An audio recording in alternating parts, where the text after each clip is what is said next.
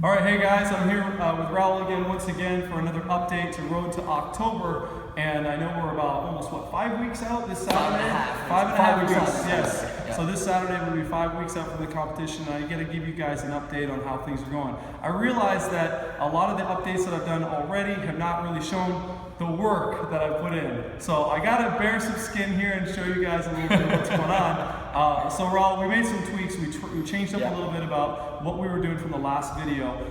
Tell us, what changes do we make and why do we make those changes? Okay, so just to recap, we started with keto, where we brought you down to a much lower body fat. Then I felt like you were shriveling down a little too fast. We did get the extra body fat out, and then I said, okay, well, let's add some carbs post-workout just to kind of replenish you, bring you back alive, and kind of like start filling out the muscles a little bit and getting your body used to the carbs. Right.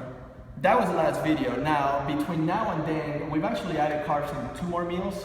So we almost tripled the carbs from the last video. Why?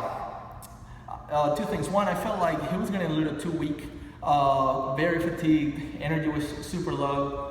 And he was actually, I want to say, dropping too much weight too fast, which it sounds like it's a great thing for a lot of people, but it's not necessarily the best thing for the sport and for what we do. We're trying to maintain as much muscle as we can and keep you looking alive and full. And describe the muscles, right? Like, I mean, in bodybuilding, we say the muscle looks flat. What does that mean? It's like a tire, right? That doesn't have any air in it? Correct. Yeah, basically, when the muscle is flat, it pretty much means that there's not a lot of glycogen behind the muscle. Which glycogen, it's almost like adding water to a sponge, and the sponge being the muscle. So when you up the carbs, you're gonna fill up the glycogen source a little bit more, giving you that fuller, that bigger, tighter look. That's pretty much where the fullness term comes in, or the flat term comes in. And so we did some posing today. And I basically been assessing based on the poses and how he's looking, the hardness of the muscles, what will be the next tweak that we need to do, and based on how many weeks out we have. We still, the way he holds fat, it's really interesting actually, because he's super shredded in some parts. Like his quads are fully, your back is super cut up. We'll give you a preview in a second here.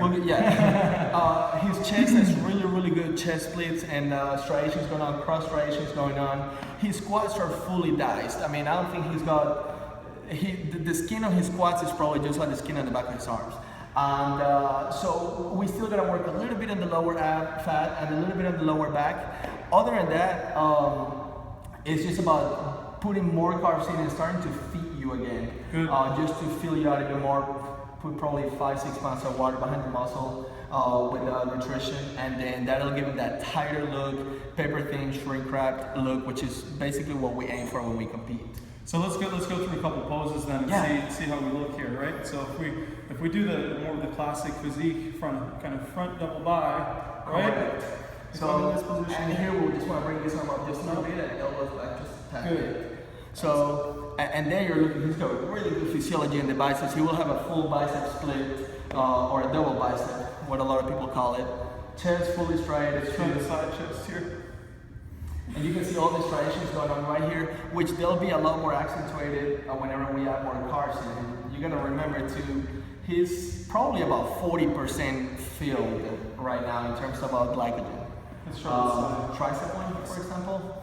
This, I feel like, is one of his money shots. It shows how small his waist is, which for his height, I mean, that's super small.